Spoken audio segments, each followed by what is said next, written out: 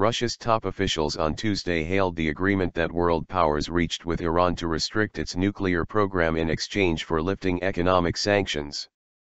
However, some Russian observers warned that it may be a case of be careful what you wish for.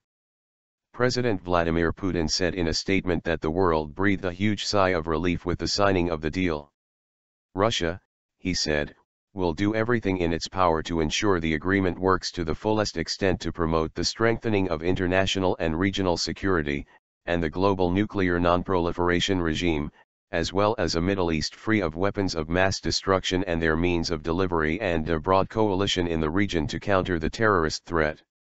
The Russian Foreign Ministry issued a similar statement Tuesday, welcoming the agreement and adding that it should mean the possibility military force will be used against Iran is now ruled out. For his part, Foreign Minister Sergei Lavrov told reporters in Vienna after the deal was signed that Russia will participate actively at all stages of the implementation of this agreement. Echoing Putin, he said Moscow will work toward convening a conference on creating a zone free of weapons of mass destruction in the Middle East. However, Lavrov also made several comments that could signal future stumbling blocks in the implementation of the agreement. He recalled comments made in April 2009 by President Barack Obama, who said in a speech in Prague that if the Iranian threat is eliminated, the driving force for building a missile defense system in Europe will be removed. Today, we drew the attention of our American colleagues to this fact, the Russian foreign minister said. We will await a reaction. Arms embargo. Lavrov also said during the negotiations leading to the deal that Russia, along with China, had wanted the arms embargo against Iran be among the first sanctions lifted, while the US and its allies had insisted the arms embargo remain in force for an additional 8 or even 10 years.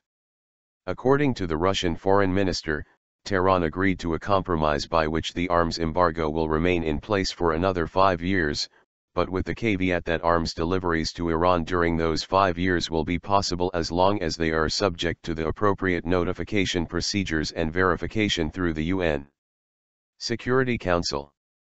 The issue of lifting the arms embargo is likely to be a key focus of opponents of the agreement. Congressman Ed Royce, the Republican chairman of the U.S.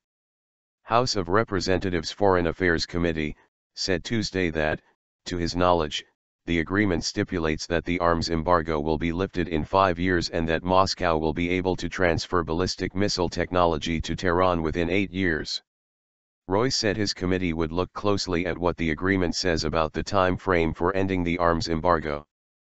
Russian Foreign Minister Lavrov predicted Tuesday that the lifting of what he called the unilateral and illegal sanctions against Iran will boost economic ties between Russia and Iran, adding that his country has very ambitious plans for the development of Iranian nuclear power.